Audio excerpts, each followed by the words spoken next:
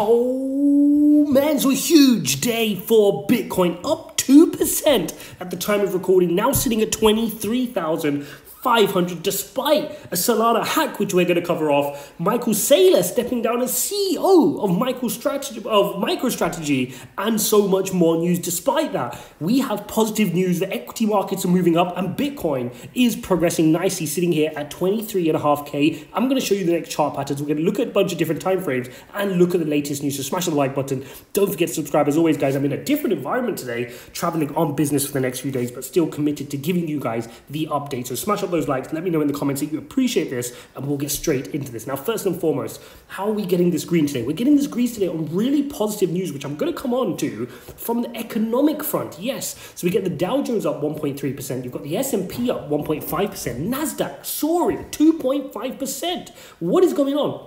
They are cheering positive economic data in the US. I want to show you this right now, guys. Really positive index. This is the US ISM Non-Manufacturing Purchasing Managers Index. It's a mouthful, but just call it the ISM Non-Manufacturing Index. And it came in at 56.7, which is huge versus a forecast of 54 if you round that up, and previous month in June of 55.3, showing a healthier sign in the economy and dissipating some of the fears that we're heading for this deep, inevitable recession.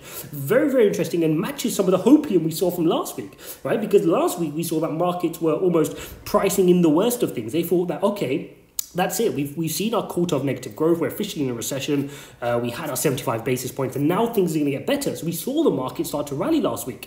We then had some of the issues yesterday with some of the foreign policy stuff, which we spoke about. But today, good evidence backing that maybe the economy is still doing really, really well. But there's one more catalyst, which I have to share with you, which can nullify all of this, and it's just days away. So we've got some good news here. Some decent company earnings yesterday from the likes of Uber. We covered off PayPal as well. Some good earnings there from certain companies. AMD disappointed slightly on revenue guidance, which is why they're falling. But this is allowing the market to move despite a whole bunch of FUD, which not FUD, but negative stories, which includes the first thing, that Solana wallets were being targeted in a huge exploit. So over 8,000 internet-connected hot wallets were exploited, including Trust Wallet, including the likes of the Phantom wallet, the PH Phantom, not the F Phantom, PH Phantom wallet on the Solana network. Now, Solana hasn't fallen massively due to this, okay? And partly that is because this was not necessarily to do with the blockchain code. This was to do with some weaknesses with the wallets connecting into them, okay? So still more to find out. Apparently this exploit is still ongoing,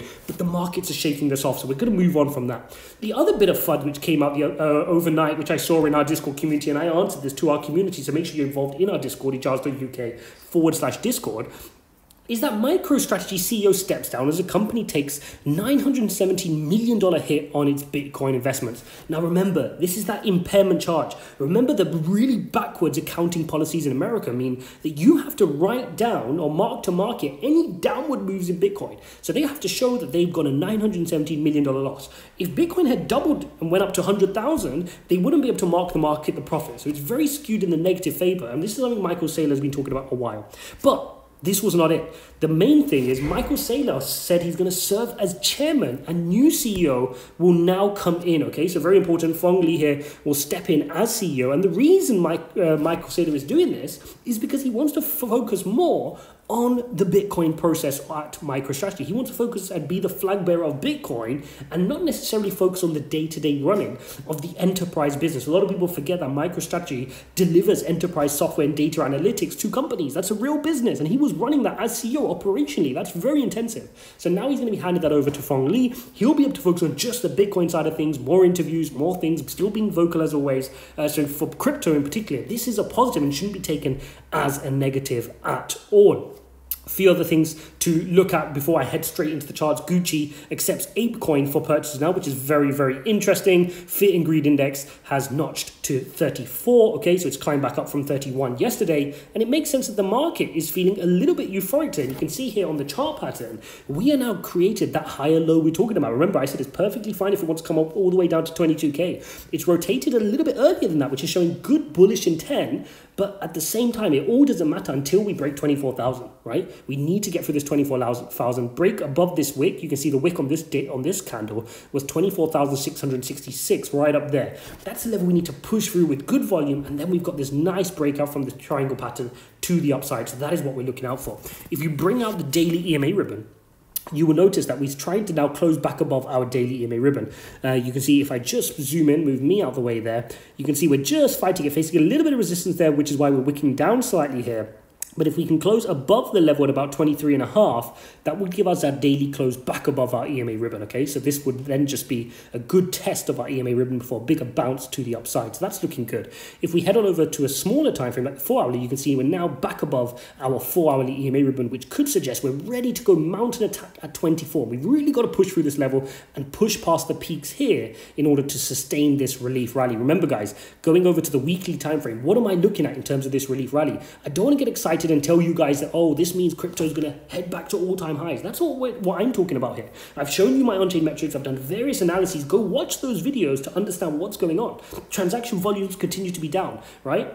We're seeing volumes down on Bitcoin, on Ethereum. We're seeing gas fees still continue to be low. There's not congestion on these networks. So the on-chain metrics aren't showing that there's a recovery or rally happening just yet. But I can see a relief rally tied to the equity markets back up to potentially 30,000, okay? So that's the level I'm looking at here on the Bitcoin prices. Can we get back to the 30,000, which is also where we start to face resistance from our EMA ribbon here? That's what I'm looking for. Can we get that relief rally up to 30? And then we'll need to reevaluate at that point whether we can actually break our EMA ribbon above 35, and then we turn bullish on the longer time frame. Then we flip our weekly EMA bullish, and we can start working our way back to all-time highs at 69,000. So we have to take this into 2 chunks.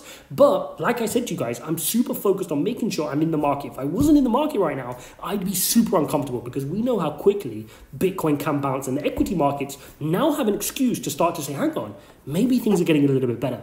But that brings me on to the one thing. Friday, non-farm payrolls. Why is this so crucial? Now, normally non-farm payrolls are important, but they're not this important. The reason they're this important right now is because the markets have hung their hat on the fact that this recession is a paper recession, right? It's not real. People are still spending. Wages are high. People are still employed. Employment is good. The labor market is strong.